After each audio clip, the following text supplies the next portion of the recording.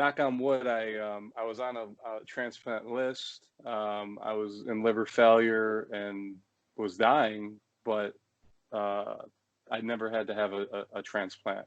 Oh, wow. And I'm super grateful for that.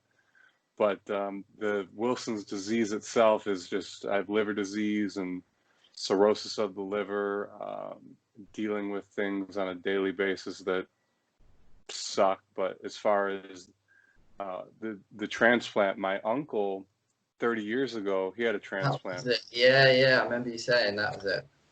He and then basically he was fine, but unfortunately, and I would like to share with your audience as well, is make sure that you continue to take your anti-rejection drugs, because he didn't, and then he recently passed away within the last 4 years. So my mother was asymptomatic, and she was making sure that, and I have an older brother, that we would never have it. And the doctor was like, "Oh, the odds of your children having this, because it's a recessive on both sides of the gene, the genome or whatever, the male and female." Yeah. So long story short, it turns out I have Wilson's disease.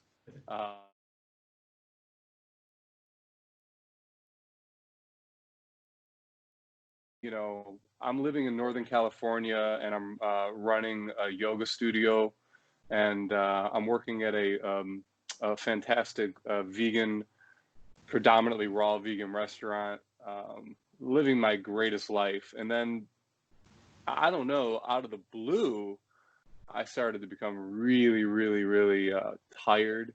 And then my ankles, out of nowhere, they started to swell up like softballs. Yeah. My feet blew up. Did that happen to you?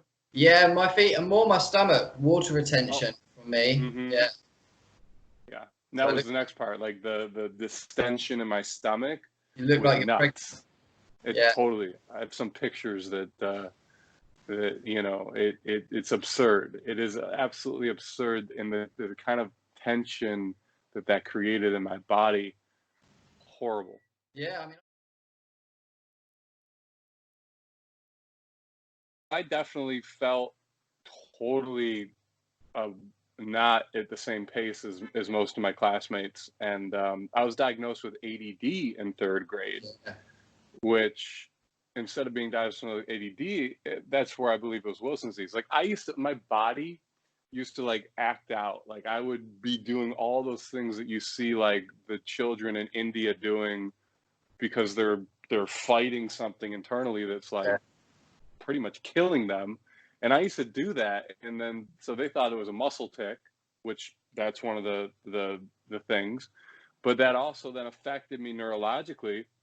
A lot of anger, a lot of mood swings, and you can only imagine. I've always been tall, I've always stood out, I've always had more of a the focus on me getting in trouble, so I was always a troublemaker. Teachers, and then compound that with like a learning disability and like feeling frustrated that you just don't get it. Like, I don't understand this. Oh, I definitely had that. The feeling frustrated. I remember being at home to talk about it, but basically in tears in bed one night from being at school, and I was just, I don't understand. And my dad sort of sat down and he told me about Einstein and all these other people that were, at school, maybe they struggled, or they were dyslexic, or they weren't perfect in every way, but they were still good in their field, and it sort of, that helped. Mm-hmm. Yeah, I definitely had that feeling of struggling and not knowing why. That's why I think I'm a really good teacher. It's why I've become a teacher as a profession, because I've learned like how you approach educating people on things that they just don't either get, or they're not comprehending. So how are you feeling now? You're on your medication. I obviously see you're out working, you're doing bits. Yeah. Every day is a new day. Prior to the pandemic, business was great. I've been really pursuing postural ergonomics and working with people, ironically, in the office space, on how to set their desk up properly and how to work with posture and how that relates to well-being, productivity, creativity, these channels. And now it just so happens that now I do it virtually, similar to our Skype session here. You know, it just celebrated 6 years of marriage last month. Got to give it up for my wife. She is a saint for putting up with me.